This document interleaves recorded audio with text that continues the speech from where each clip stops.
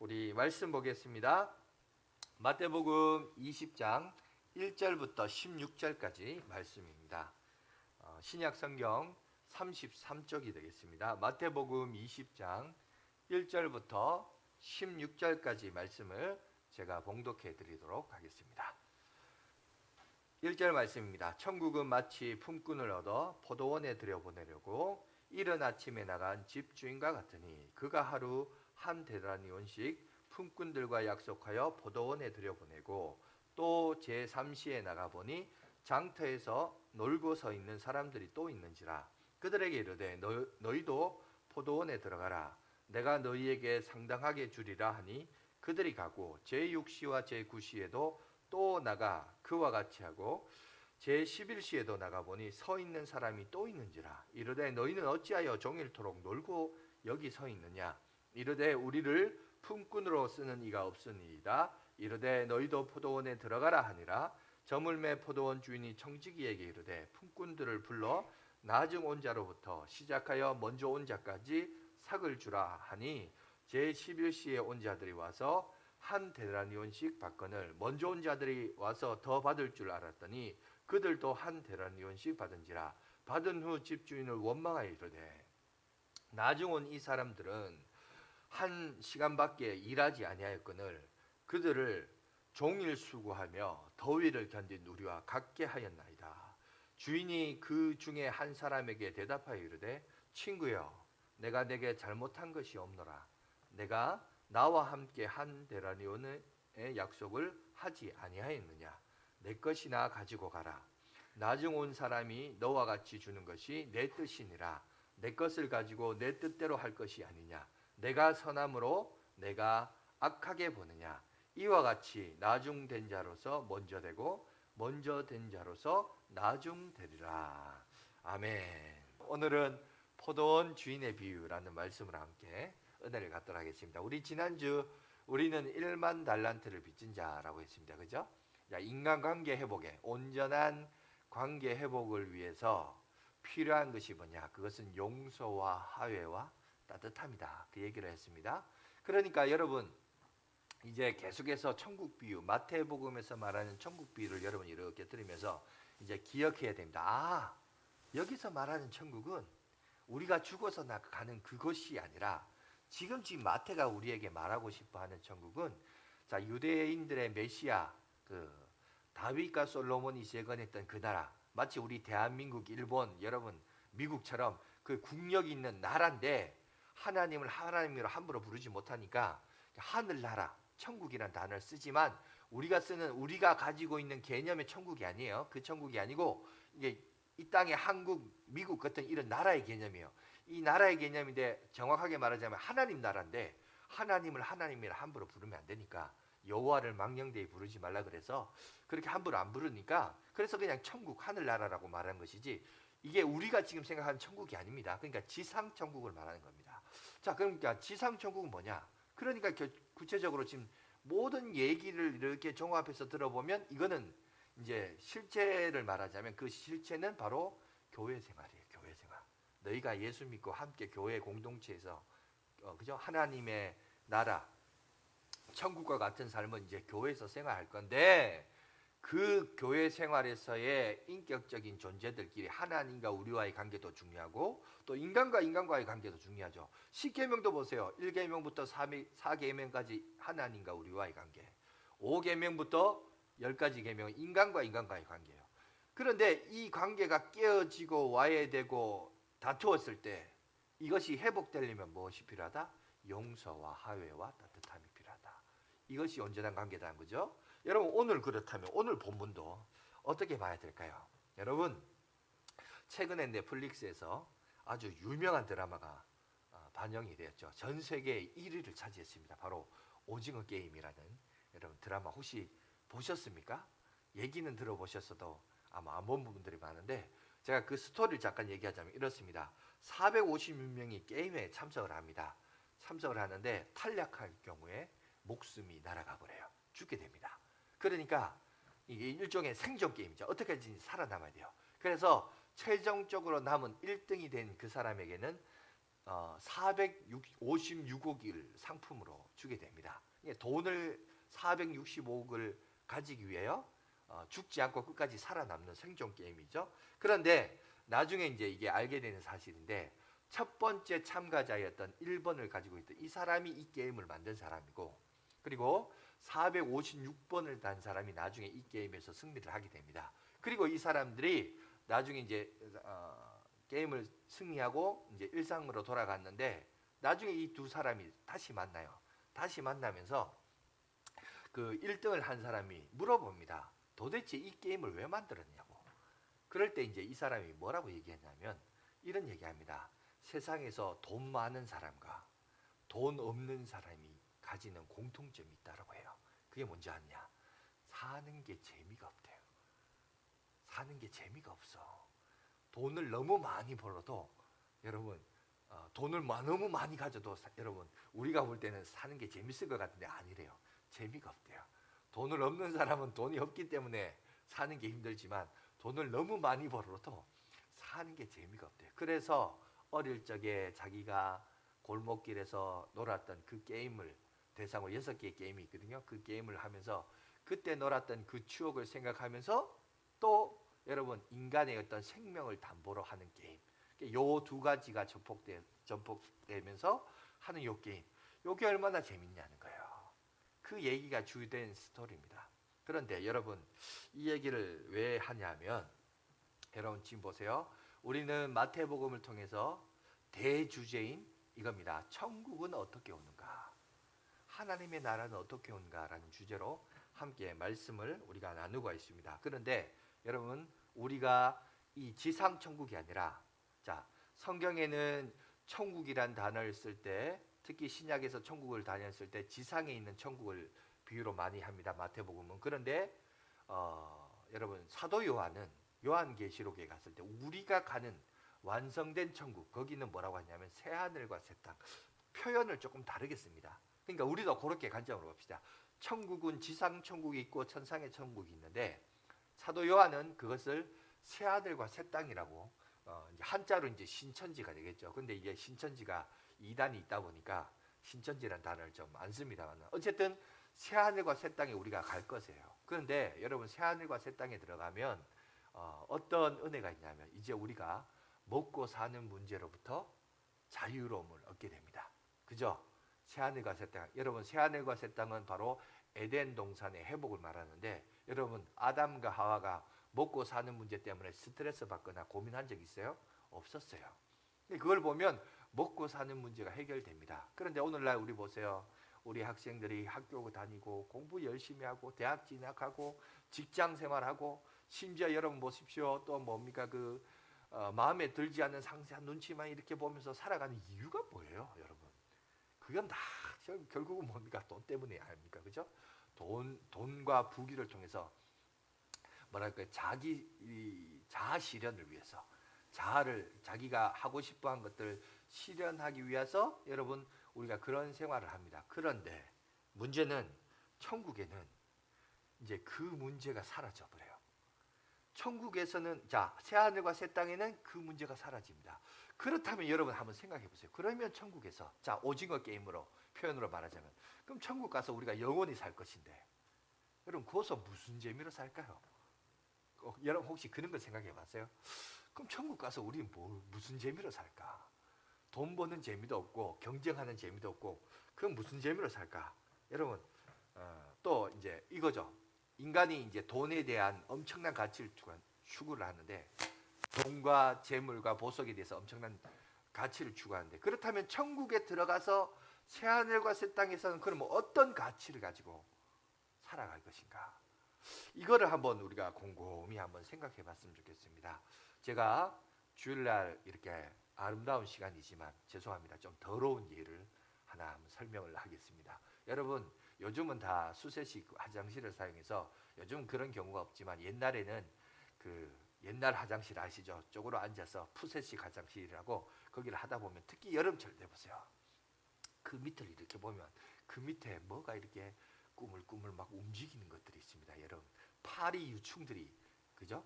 꾸물꾸물하고 움직이죠. 전문 용어로 구덕이라고 합니다만은, 그죠? 그것이 움직입니다. 그런데 사람들이 그걸 볼 때마다 구토가 일어납니다. 더러워서. 그런데 여러분 파리 유충이나 구덕이나 파리들이 볼 때는 왜 인간들이 우리를 더럽다고 하는지 몰라요. 거기에는 자기들이 먹고 살 만한 최적의 환경과 먹거리와, 그죠? 최고로 좋은 환경인데 왜 인간들이 우리를 보고 더럽다고 하는지 이해를 한답니다. 여러분 마찬가지입니다. 우리가 이 세상에서 돈에 대해서 가치를 추구하고 금은 보석을 가치를 의미를 두고 살아갑니다. 그런데 하나님 나라에 갔을 때 하나님의 관점과 시야에서 봤을 때 여러분 똑같을까요? 우리가 지금 여기에 가치 두고 의미를 두는 것이 천국에 갔을 때도 똑같이 여러분 그렇게 여겨질까요? 여러분 성경에는 얼마나 귀하고 존귀한가를 설명하기 위하여, 그렇죠? 비유를 들어서 설명했는데 출입문이 진주문이라고 얘기해요. 그 길을 가니까 그 길이 무슨 길이라고요? 황금길이라고 그래요.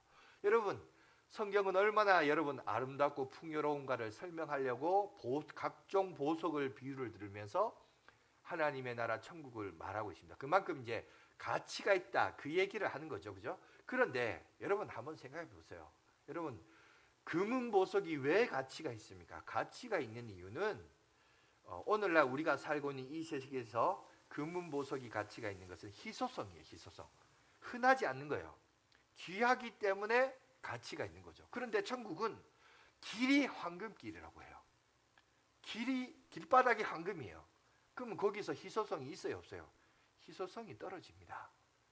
그죠? 이 세상에서야 황금길이 멋있을지 모르지만 하나님 나라 천국에서 길이 황금이다. 그러면 그거는 이 땅에서 굴러다니는 돌멩이하고 별반 다를 바가 없겠죠. 왜? 다 그냥 황금인데, 그냥 널린 게 황금인데, 그러면 우리가 생각하는 그 가치관과 관점에서 그 개념으로 받아들여야 될 게 맞을까요? 그러니까 이거는 이제 비유지만 진짜로 천국에 갔는데 길이 황금길, 실제가 그렇다 그러면 여러분 이 천국의 가치도 기준도 달라질 겁니다. 왜? 너무나 흔하니까. 그러면 다시 말해서 그럼 천국에서 가치를 추구하는 희소성, 천국에서 추구하는 가치관, 그게 뭐냐? 하나님은 금은 보화보다 도대체 그럼 어디에다 더 귀중하게 보시냐? 어디에다 더 가치를 두고 계십니까? 여러분 이 관점으로 오늘 천국 비유를 봐야 돼요. 이해가 되시죠? 그래야 성경을 보면서 하나님이 정말 금은 보화보다 더 귀하게 여기는 게 이거였구나.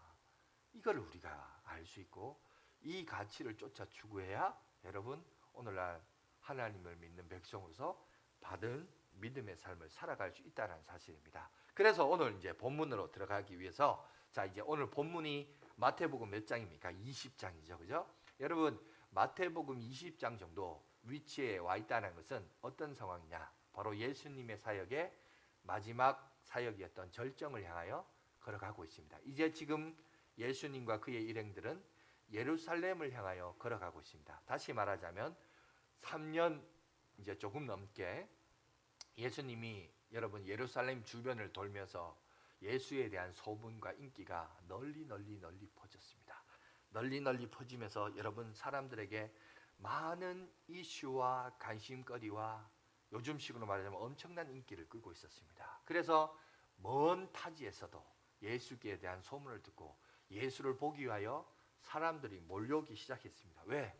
첫 번째 좋은 말씀 듣죠. 두 번째 오병이어 칠병이어 같이 먹거리도 제공해 줍니다. 세 번째 여러분 마술쇼와 같이 병든자가 막 고침을 받는, 무리를 걷는 막 이런 이벤트와 사건들이 막 일어나요. 그러니 당연히 그 시대에 사람들로부터 관심을 끌지 않을래야 끌 수밖에 없죠. 그러니까 많은 사람들이 몰려옵니다. 많은 사람들이 몰려오자.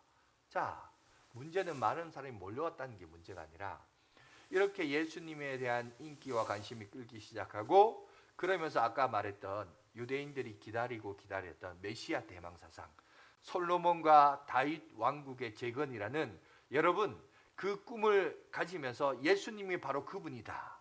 그런 기대와 환상을 가지면서 사람들이 몰려오자 많은 인기와 관심에 어떻게 되느냐? 예수님의 제자들이 그들이 가지고 있었던 예수님께 대한 믿음과 태도와 자세가 점점 이제 모가지가 굳어지고 어깨에 힘이 들어가기 시작하면서 여러분 그들의 마음들이나 태도가 변질되기 시작해요. 그걸 오늘 성경은 우리 가운데 얘기하고 있습니다. 그러면서 예수님은 지금 예루살렘을 향하여 입성합니다. 예루살렘은 이스라엘의 수도죠. 다시 말해서 예수님이 예루살렘을 향하여 간다는 말은 이제 비로소 예수님이 우리의 왕으로서 다윗과 솔로몬과 같은 재건되는 국가로서 세워질 것이라는 망상과 환상 속에서, 착각 속에서 이 제자들이 어깨에 힘을 주면서 목에 힘줄을 여러분 내세우면서 같이 이제 그 걸음을 향하여 가고 있다는 겁니다. 뿐만 아니라 여러분 이 제자들은요 또 놀라운 종교적인 체험을 해요. 변화산이라는 거기서 예수님이 그냥 흰옷으로 확 변화되면서 정말 거기가 정말 천국과 같은 체험을 그들이 경험하게 되죠. 이런 종교적인 여러분 체험까지 더불어지다 보니까 여러분 이 지금 제자들이 너무나 흥분의 도가니 속에 이제 빠져드는 그 모습을 보게 됩니다. 그러니까 오늘 이제 이 20장을 설명하기 위하여 이 20장의 배경이 된 주 배경이 뭐냐면 19장이거든요. 19장에 보면 자 어떻게 하냐, 예수님이 워낙 인기 있자 어린아이를 데려온 많은 부모들이 예수님이 우리 어린아이를 축복해주고 좀 만져줬으면 좋겠다 하고 가까이 오자 제자들이 막 말립니다. 어디 가치 없는 것들이 여기 와서 이 자리에 끼어드냐고 참석하냐고 막 꾸짖는 내용이 성경에 여러분 나옵니다. 그죠? 뿐만 아니라 오늘 이 비유 그 다음 내용을 보시면 20장인데 20장 뒷부분을 보면 세베대의 두 아들이 등장해요. 이 세베대의 두 아들이 어머니의 치마 사역을 통해서 여러분 예수님의 좌우편에 앉게 해달라고 청탁을 합니다.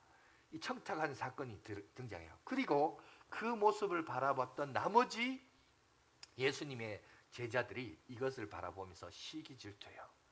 분노하는 그 장면이 여러분 나옵니다. 그러니까 보니까 제자들의 지금 이 예수님의 인기와 왕으로 입성하실 때에 그 좌우편에 또 좋은 자리, 높은 자리 오르려고 하는 이것에 대한 시기와 갈등이 막 일고 있는 그런 배경 속에서 오늘 여러분 이 포도원 주인의 비유가 등장했다라는 겁니다. 이 얘기를 오늘 우리 가운데 얘기하고 있어요. 그러면서 오늘 여기서 이제 주목해야 될 것은 집주인이 등장하고 포도원에서 일하는 일꾼이 등장하는데 일꾼의 관점에서 보지 말고 집주인의 관점에서 바라보면서 그죠? 어떤 행동과 생각을 해야 되는가? 이것을 오늘 이 비유를 통해서 구체적으로 얘기하고 있습니다. 그런데 오늘 여기 보면 특별히 이제 이야기를 하기 앞서서 시간대를 잠깐 한번 살펴볼 필요가 있습니다. 유대인의 시간에서 보시면 오늘 성경에는 이렇게 얘기되어 있죠. 새벽 해 뜨는 시간을 얘기합니다. 그 다음에 3시, 그 다음에 6시, 9시, 11시 시간이 나와 있는데 여러분 이것은 그 당시 유대 방식의 시간 개념이었습니다. 이것을 오늘날 우리가 살고 있는 이 시대의 시간으로 해석을 하려면 여기 성경에서 말하는 시간에다가 6시간을 플러스하면 됩니다. 그러니까 해 뜨는 새벽은 이제 아마 새벽 6시인 걸로 알고 있습니다. 그러니까 새벽 6시에 여러분 나가서 일꾼을 모집을 했고 그 다음에 3시에 또 나갔다 그러죠. 3시에서 플러스 6을 하면 오전 9시가 됩니다. 그죠? 그 다음에 6시는 정오 또 플러스 6을 하면 정오 12시가 되고 그 다음에 9시는 오후 3시, 그 다음에 11시는 오후 5시가 됩니다.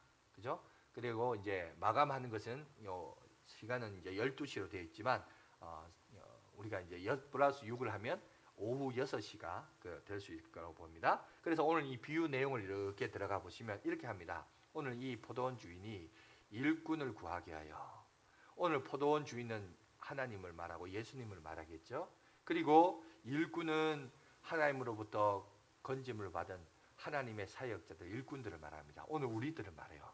믿음의 성도들을 하나님의 동반자로서 일꾼을 찾으시는데 자, 하나님의 필요에 의해서 이른 새벽에 나가서 이 포도원의 그죠? 농부들을 찾아서 헤매는 모습을 볼 수 있는데 찾아서 오늘 보니까 품삯을 그죠? 한 데나리온, 그때 당시 통용했던 일꾼들이 하루치의 품삯인 한 데나리온을 줄 것을 약속을 하고 그들이 일을 합니다. 그런데 웬일인지 9시에 또 나가요. 나가 보니까 놀고 있는 사람들이 있어요.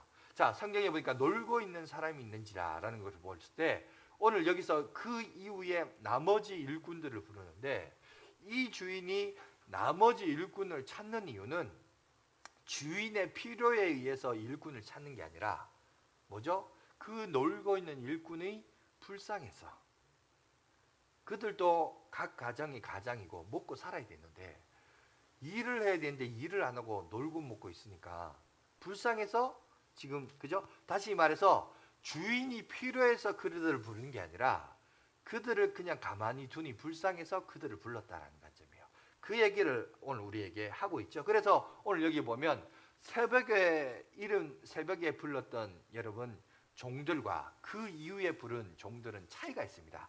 어떤 차이가 있느냐? 첫 번째, 그죠? 첫 번째 주인의 필요에 의해서 부른 것이 아니라 그들을 불쌍히 여겨서 측은히 여겨서 그들에게 일할 것을 줬고, 두 번째는 품삯에 대해서 첫 번째는 분명하게 한 데나리온씩 주기로 약속을 하고 계약을 하고 불렀습니다. 그러나 그 이후에 온 사람에게는 내가 적당한 보수를 주겠다라고 두리뭉실하게 얘기하면서 그냥 같이 일하자고 부름을 받았다는 겁니다. 그래서 여러분 보시면 정오에도 오후 3시에도 심지어 마감 1시간 전인 오후 5시에도 여러분 시장에 나가서 일꾼을 부릅니다. 그러면서 너희들은 왜 종일 놀고 있느냐?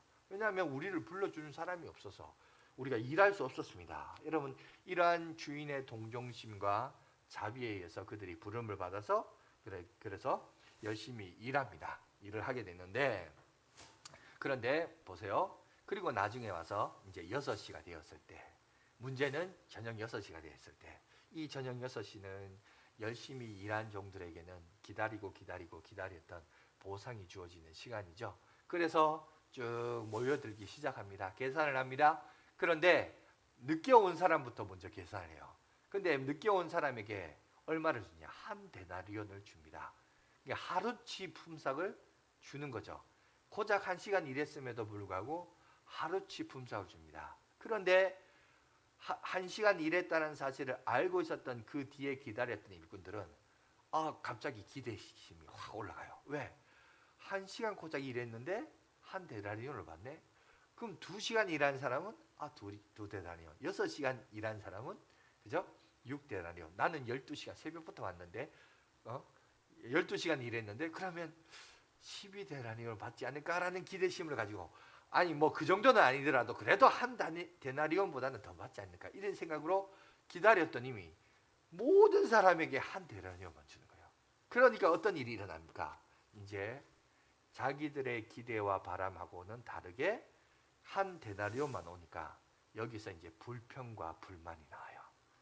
그죠? 이 나눠주는 것에 통한, 특히 무엇보다도 12시간 일한 사람은 얼마나 원망이 크겠어요. 그래서 주인에게 따집니다. 왜 우리는 온종일 이 더운 날, 여러분 우리처럼 이런 여름이 아니고 팔레스타인의 여름은 어떻습니까? 한낮은 어떻습니까? 이 엄청난 그 고온이죠. 사막 기후죠. 그러니 정말 생명을 앗아갈 수 있는 그런 환경입니다.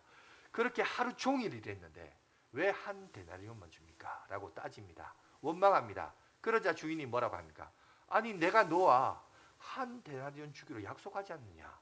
그리고 다른 사람에게는 한 데나리온을 받을 품삯은 아니지만 내가 그를 불쌍히 여겨서 그에게 자비를 베풀고 은혜를 베풀었는데 내가 그에게 자비를 베푼 것에 대해서 너는 나를 악하다고 얘기하느냐? 라고 얘기를 하면서 너는 내 것이나 가지고 빨리 가라 라고 얘기를 해요. 이 말은 뭡니까? 너의 관점에서 나를 판단하지 말라는 거죠. 그죠? 주인은 나머지 사람을 불쌍히 여겨서 그에게 선심을 베풀었다라고 합니다. 그런데 문제는 일꾼들의 관점에서 볼 때는 이건 억울하다는 거예요. 불평과 불만이 나올 수밖에 없다는 거죠. 원망이 나올 수밖에 없다는 그 얘기를 오늘 우리에게 얘기합니다. 이게 무슨 말일까요? 하나님의 나라, 다시 말해서 교회 생활을 하다 보면 우리에게도 이런 일들이 일어날 수 있을까요? 없을까요? 일어날 수 있다는 겁니다. 그런데 하나님은 이걸 어떻게 보셨느냐? 결론적으로 마지막 절에 뭐라 합니까? 먼저 된 자가 나중되고 나중된 자가 먼저 되리라 얘기해요. 이 경고의 말씀을 하고 있습니다. 여러분 이 말은 20장에만 얘기하는 게 아니라 19장의 마지막 절에도 이 구절이 또 나옵니다. 그죠? 먼저 된 자가 나중되고 나중된 자가 그 말은 무슨 말일까요? 19장의 내용과 20장의 내용이 서로 연결되어 있다는 거죠. 그러면 어떤 내용이길래 이런 내용이 나오게 됐는가를 우리가 조금 다시 한번 살펴볼 필요가 있는데 오늘 이 비유의 핵심이 이거죠. 왜 예수님이 이 얘기를 했냐면 19장으로 거슬러 올라가 보면 아까 제가 19장을 얘기하다가 빠진 내용이 있는데 그게 바로 부자 청년과의 대화예요. 부자 청년과의 대화를 보시면 자, 그 대화에서 예수님이 결론적으로 뭘 얘기했냐? 네가 가지고 있는 거 재산 다 가난한 자들에게 나눠주고 너는 나를 따르라. 그런데 이 부자 청년이 재산이 많은 거로 근심하여 돌아갔다 그랬습니다. 그러면서 그 모습을 바라본 예수님이 자, 부자는 천국에 들어가기가 그죠? 낙타가 바늘길을 들어가는 것보다 어렵다라고 합니다. 그 얘기를 하니까 제자들이 놀라서 누가 그러면 구원을 얻을 수 있습니까? 그러자 예수님이 사람은 할 수 없으되 하나님은 하실 수 있다라고 얘기를 합니다. 그 얘기를 듣고 있던 베드로가 뭐라고 했냐면 예수님 우리는 모든 것을 버리고 주를 쫓아사오니 그러면서 뭐라고 얘기하냐면 우리는 그러면 무엇을 얻을 수 있습니까? 이 질문을 해요. 이 질문을 할 때 예수님이 뭐라고 했냐면 12보좌를 너희에게 줄 테니 이스라엘의 12지파를 심판할 것이다 얘기하면서 그들에게 주실 보상과 은혜를 쭉 얘기하고 있습니다. 그리고 이 말씀을 이어서 오늘 이제 뭘 얘기하느냐 보세요. 이 부자 청년이 제시했던 질문이 있습니다. 어떻게 하여야 내가 천국에 들어갈 수 있습니까? 얘기를 해요. 그러니까 질문이 참 중요해요. 질문은 우리에게 생각하는 힘을 줍니다. 여러분, 이 질문이 던진 주제가 뭐냐면 내가 어떻게 하여야 천국을 들어가는데 질문의 의도가 뭐죠? 내가 뭘 해야 돼요? 무엇을 해야 천국에 들어간다고 그래요? 여러분, 물론 맞아요. 우리도 예수님을 믿어야 천국에 들어가죠. 그러나 예수님을 믿어야 천국에 들어간다는 논리가 중요한 게 아니에요. 여기서 먼저 생각해야 될 논리는 뭐냐면 하나님이 내게 믿어지도록 은혜를 베풀어 줘야 돼요. 사실 내가 믿는 것도 내가 믿어서 믿는 게 아니고요. 하나님이 내게 믿어질 수 있는 믿음을 주셨기 때문에 내가 믿는 거예요. 그럼 그거 이해가 되십니까? 여러분, 내가 믿어서 믿는 거 아니에요. 근데 자의식이 강한 사람은 그거에 대해서 부정할 수도 있습니다. 아닌데 내가 믿었는데. 아니에요. 여러분, 정확하게 우리의 삶을 돌아보면 내가 이렇게 예수 믿고 신앙생활 할 수 있었던 것은 뭔가 내가 노력해서 애써서 얻는 게 아니에요. 근데 오늘 부자 청년도 말합니다. 내가 노력해서 애써서. 그래, 네가 노력해서 애썼냐? 그러면 하나님의 율법을 지켜라. 그러니까 뭐라요? 나는 어릴 때부터 지켰으냐? 그러냐? 그러면 네가 온전하기를 원할진데 그럼 네 재산을 다 팔아라. 근데 그 사람 재산을 다 팔아요? 아니요. 부자인 거로 근심하여 돌아가다 그래요. 그러니까 우리는 우리의 행위로 구원을 얻을 수 있다는 거예요? 없다는 거예요? 이 부자 청년을 통해서 뭘 얘기하는 거예요? 그걸로 여러분 그걸로 천국에 들어가는 게 아니라는 거예요. 그런데 지금 자꾸 제자들과 예수님을 쫓아다니던 여러분 공동체가 착각하는 것 중에 하나는 뭐냐면 마치 이 부자 청년이 던진 질문처럼 내가 무엇을 하여야 천국에 들어가리까? 뭘 들어가긴 뭘 하긴 뭘 할 수 없어요. 우리는 여러분 우리가 주님 앞에서 고백할 수 있는 유일한 고백은 이거예요. 나는 무익한 종입니다. 그죠? 나는 무익한 종입니다. 주의 은혜가 아니면 하나님의 백성이 될 수 없는 거예요. 이게 먼저 선행이 돼야 된다는 거예요. 그런데 자꾸 여기에 이제 자기 의가 들어가는 거예요. 내가 무엇을 하여야 이게 지금 잘못된 거죠. 그러니까 이거죠. 노력한 만큼 보상이 주어진다든지 더 큰 상을 받으려면 더 많이 내가 노력해야 된다. 이런 잘못된 오해를 올 수 있다는 거죠. 그래서 여러분 하나님께서 오늘 예수님께서 그죠? 이 포도원 비유를 통해서 뭘 얘기하느냐? 천국은 그런 노력에 의해서 얻어지는 것이 아니라는 것을 우리에게 얘기합니다. 다시 말해서 이 천국은 인간의 생존을 위한 인간이 살아가고 있는 여러분 생존을 위한 전투장이 아니라 여러분 여기에는 전적인 하나님의 은혜 포도원 주인이 일꾼들을 바라보면서 불쌍히 여김과 같이 하나님이 우리를 바라보면서 우리를 불쌍히 여김으로 말미암아 그래야 하나님의 나라가 완성된다 그 얘기인 거예요. 그런데 오늘 보면 예수님을 쫓아다녔던 많은 사람들과 그를 대표하는 대표적인 베드로는 뭐라고 합니까? 우리가 모든 것을 버려두고 주님을 쫓았는데 우리가 무엇을 얻으리까? 뭔가 주님으로부터 뭔가 하나 받기 위한, 무엇인가를 받기 위한 그런 마음이 생기기 시작하는 모습을 보게 됩니다. 뭔가 보상 심리가, 그죠? 생기는 것을 보게 됩니다. 그런데 여러분, 어떤 대가를 바라기는커녕 우리가 믿음 생활을 하다 보면 정말 순수하게 주님이 좋아서, 예수님이 좋아서, 예수님을 사랑해서 믿음을 시작하고 믿음 생활하는 사람들이 참 많습니다. 그죠? 여러분, 이거는 제자들도 마찬가지입니다.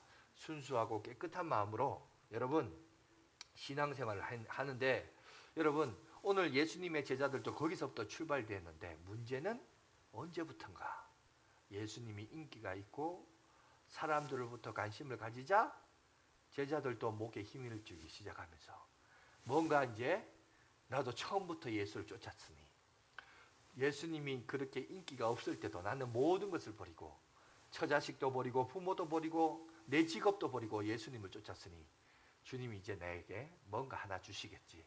지금 이 생각을 하고 있다는 거죠. 이 변질된 모습을 오늘 예수님이 이 포도원 비유를 통해서 우리에게 말씀하고 있다는 사실을 얘기합니다. 여러분, 이 속에 보세요.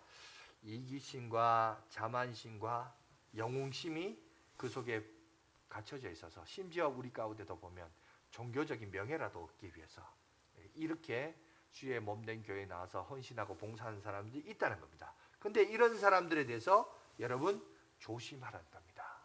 오늘날 어떻게 보면 21세기를 살아가는 지금의 기성교회가 그럴 수 있습니다.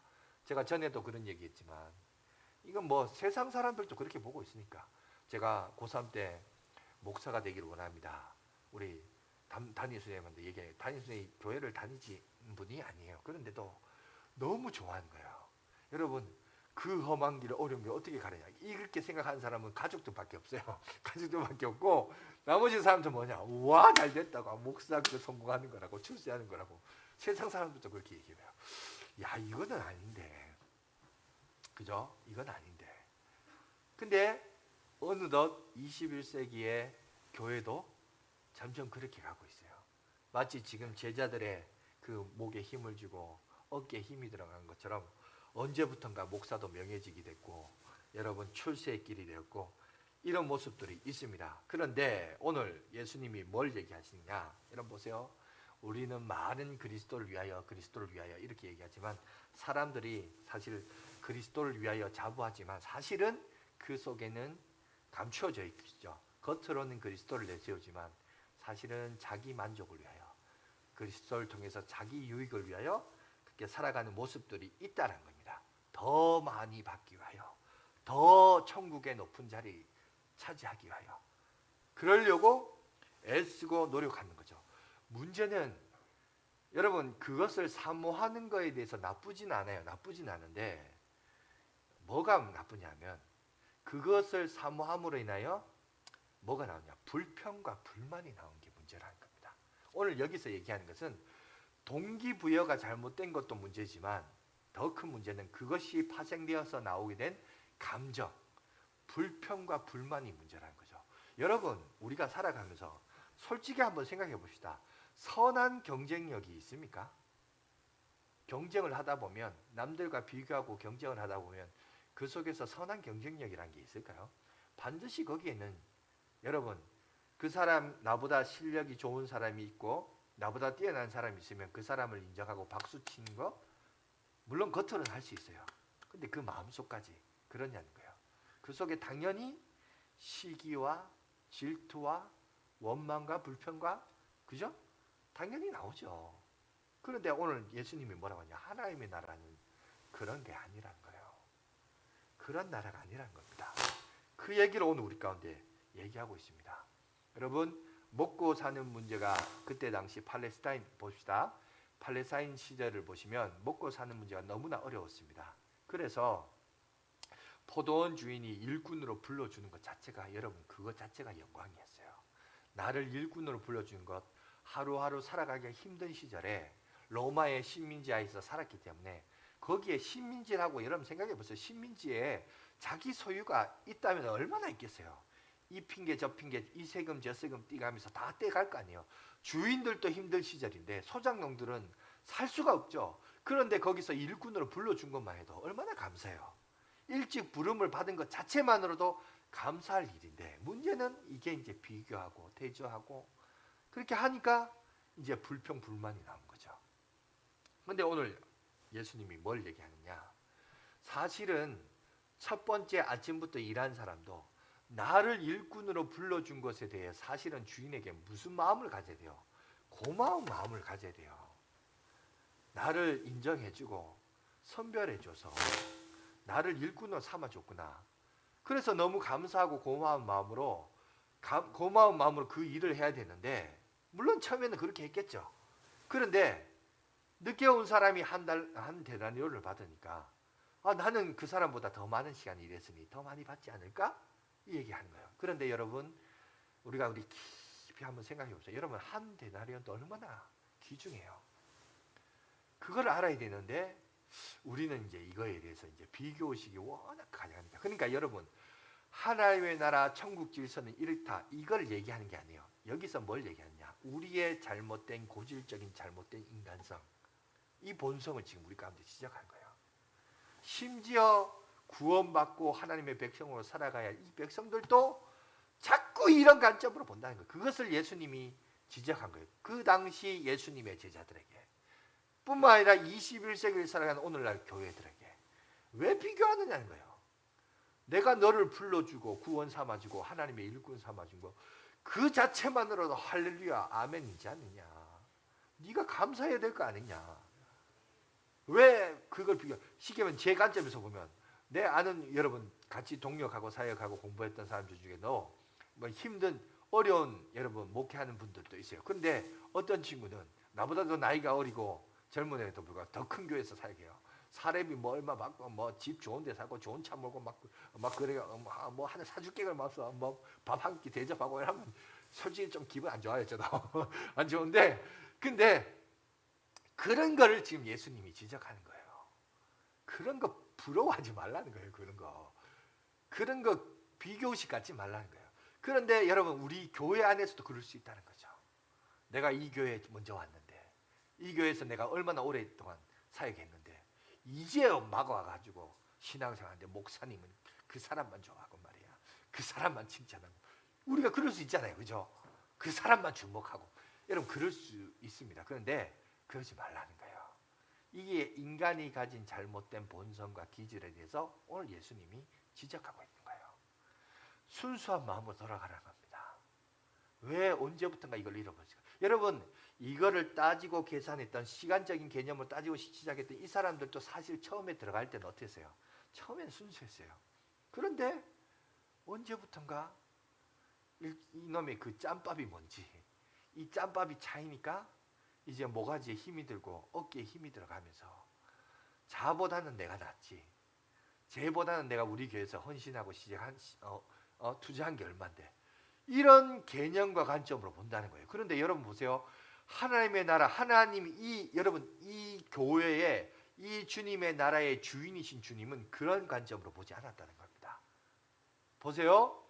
처음부터 일한 사람은 시간 때우기, 시간으로 계산을 착각 일을 했습니다. 그런데 자, 늦게 온 사람은 어떤 마음일까요? 1시간밖에 안 남았음에도 불구하고 나를 일꾼으로 불러주신 것 자체만으로도 감사한 거예요. 일꾼이 된 것만으로 감사한. 그래서 포도원에 가서 어떻게 했을까요? 대충 1시간만 때우고 가자 이랬을까요? 아니죠. 열심히 일했습니다. 진정성을 가지고 일했어요. 하나님을 섬기며 일하는 데 있어서 대충 시간 때우면서 일하지 않았어요. 근데 보세요. 신앙생활을 오래 하고 짬밥이 오래 된 사람이 있어. 맞아요. 시간 때우식으로 대충 하는 사람 많아요. 근데 진짜 예수 그리스도의 사랑을 알고 그 사랑을 경험한 사람은 사역 대충 안 합니다. 그죠? 그냥 시간 때우기 식으로 안 해요. 근데 하나님은, 자, 그걸 어떻게 할 수 있습니까? 라고 제자들이 물었을 때 뭐라고 해요? 사람은 할 수 없으되 누구나 한다? 하나님은 할 수 있다고 그랬어요. 여러분, 다시 말해서 교회에서 우리가 뭐 전도를 하든 반주를 하든 저처럼 설교를 하든 안내를 하든 차량 운행을 하든 뭐 여러 가지 모양으로 섬기든, 여러분 중요한 것은 시간 때우면서 대충 일하는 사람이 있는 반면에, 물론 또 그걸 포장하겠죠.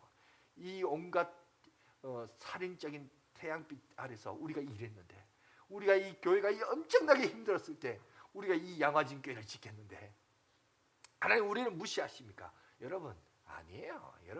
여러분이 양화진 교회를 지킨 게 아니고 하나님이 우리 교회를 지킨 거죠. 정확하게 얘기해야지. 그죠? 근데 우리가 그럴 수 있다는 거예요. 착각하지 말라는 거예요.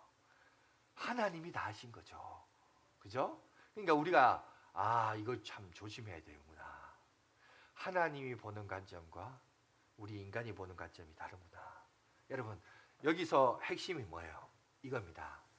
내가 먼저 불렀다고 우월의식을 가질 게 아니라, 여기서 먼저 기억해야 돼서 하나님이 나를 선택해 주시고 일꾼 삼아 주시고 그 일꾼 삼아서 내가 일하게 하신 것에 대한 감격과 감사가 있느냐는 겁니다. 이거는 어떻게 보면 믿음 생활, 신앙 생활 오래 하면 오래 하는 사람일수록 던져야 될 우리의 질문이에요. 나는 내 삶에 있어서, 신앙에 있어서 그 첫사랑 주님을 처음 만났을 때 그냥 예수 그리스도, 예수라는 옛자만 들어도 마음이 막 그냥 오그라들고 막 뭐랄까요, 막 찌릿찌릿하고 막 감정에 겪고 막 눈물을 흘리고 감격에 적혔던 그런 시절이 있었는데, 언제부턴가 자꾸 계산하고 짬밥 따지고, 그죠? 저 집사가 날 무시해, 아는 척을 안 하네, 그런 얘기나 하고, 그죠? 내 생각을 동조해주고 지지해주지는 않고 반대하고 헐뜯고, 그죠? 우리가 언제부턴가 그렇게 돼요. 근데 하나님의 나라는 그런 나라가 아니란 거예요. 원망과 불평과 투정과 경쟁과 상처가 두는 나라가 아니란 겁니다. 하나님의 나라는 감사와 감격과 은혜가 있는 곳이 바로 그 나라라는 것을 오늘 우리에게 얘기합니다. 그러면 이 비유를 왜 할까요? 지금 1차적인 것은 베드로를 비롯한 제자들에게 하는 거야. 너희가 나를 처음에 쫓았을 때, 모든 것을 버리고 나를 쫓았을 때 어떤 생각으로 쫓았느냐는 거예요. 뭔가 한 자리 얻겠다, 그 마음으로 쫓은 게 아니죠. 주님을 사랑하는 그 마음에 예수님 때문에 모든 걸 버렸죠. 근데 그 마음은 어느덧 사라져버리고 예수님 손에 들고 있는 그 무엇 때문에, 옛날에 제가 비유했듯이 아버지가 저녁마다 간식을 들고 장난감 들고 돌아오니까 자식들이 아버지를 기다리는 게 아니라 아버지 손에 들린 그 무엇을 기다린 것처럼, 언제부턴가 주님을 바라보지 않고 주님을 이용해서 뭔가 한 자리 얻겠다, 노후 대책을 좀 마련해야겠다, 이 생각을 가진 거예요. 이것이 잘못된 거죠. 첫 번째 그게 잘못됐고, 두 번째 그런 관점에서 보니 나보다 잘된 사람을 시기 질투하는 거예요. 세베대의 두 아들들이 어머니의 치마 바람에 의해서 그냥 좌우에 앉게 되는 철탑을 봤을 때 제자들이 시기 질투하는 거예요. 으르렁거린 거예요. 저걸 어떻게 깎아내릴까, 그 생각만 하고 있는 거예요. 지금 그거는 하나님 나라, 하나님의 교회에서 해야 될 일이 아니라는 것을 지금 예수님이 오늘 우리 가운데 얘기하고 있습니다. 다시 말해서 하나님이 우리들이 생각하는 셈법으로 계산하면 안 되고 하나님의 우리에게 보여주신 셈법으로 계산해야 됩니다. 그 셈법은 뭐냐? 첫 번째, 하나님이 나를 선택해 주신 것과 나를 일꾼 삼아 주셔서 하나님의 몸된 교회의 일꾼으로 세워주신 것에 대한 감사와 감격을 유지하라는 겁니다. 그죠? 그렇다면 우리가 질문을 던져야 되죠. 내 안에 그 첫사랑이 다시 한번 회복되고 있는가? 언제부터, 어디서부터 내가 그 감사와 감격을 잃어버렸는가? 돌아보라는 거예요. 돌아보고 오늘 하나님의 수준과 하나님의 위치에 서라는 겁니다. 이건 역시 뭐예요? 인간의 감정과 인격과 마음의 문제를 얘기하고 있죠. 그죠? 하나님의 나라 천국은 무엇이다? 하나님의 나라는 어떻게 오는가? 이 땅에 하나님의 나라는 어떻게 임하는가를 얘기할 때 전부 다 우리의 마음의 문제, 우리의 인격의 문제를 얘기해요. 지금 잘못된 가치관과 기준과 제한, 부자 청년이 내가 어떻게 하여야 천국에 어떻게 하여야 천국에 들어가는 거 아니에요. 하나님이 나를 선택해 주고 일꾼으로 불러주셔야 거기 들어가는 거죠. 그죠? 그리고 나는 그 믿음의 그 부르심의 반응이 믿음이죠. 믿음으로 내가 반응을 한 것이지 내가 처음부터 한 거 아니에요. 그죠? 그러니 오늘 우리들이 다시 한번 하나님의 은혜를 한번 돌아보십시오. 아까 우리 찬양에도 보면 우리의 일상을, 그죠? 평범한 일상인데 그 평범한 일상들이 다 뭐예요? 사실은 다 하나님의 은혜였다. 그 고백을 하는 겁니다. 그래서 우리 한번 다시 한번 이 찬양을 한번 불러봤으면 좋겠는데, 가사를 한번 다시 한번 이렇게 한번 묵상해 보십시오. 내가 누려왔던 모든 것들이, 우리 반주 한번 해주시겠어요? 내가 지나왔던 모든 시간들이, 내가 걸어왔던 모든 순간이 당연한 거 아니에요. 당연한 거. 당연하다고 생각하는데 아닙니다. 다 모든 것이 뭐다? 하나님의 은혜였다는 것입니다. 우리 이 가사를 다시 한번 생각해 보면서 고백하고 기도하고 마치도록 하겠습니다.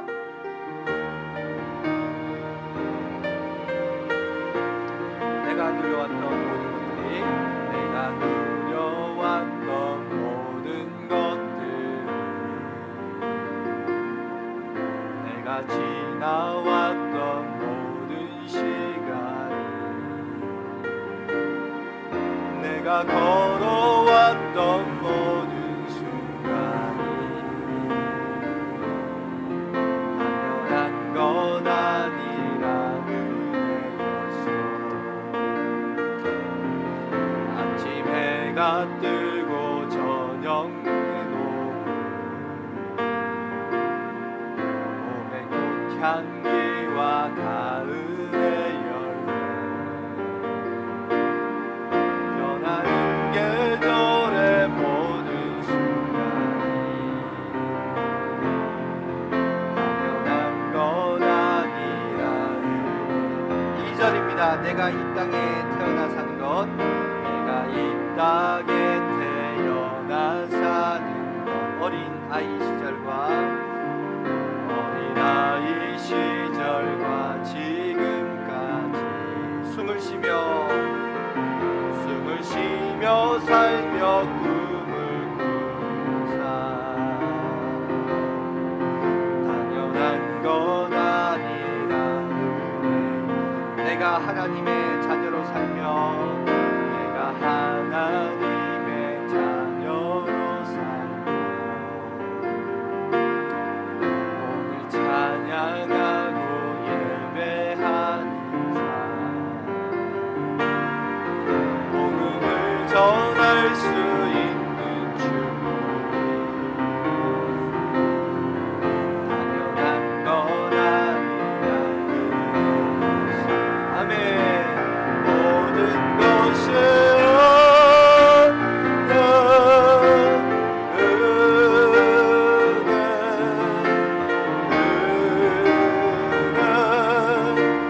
한없는 은혜, 내 삶에 당연한 것 없어도 없었던 것을, 모든 것이 은혜여, 모든 것이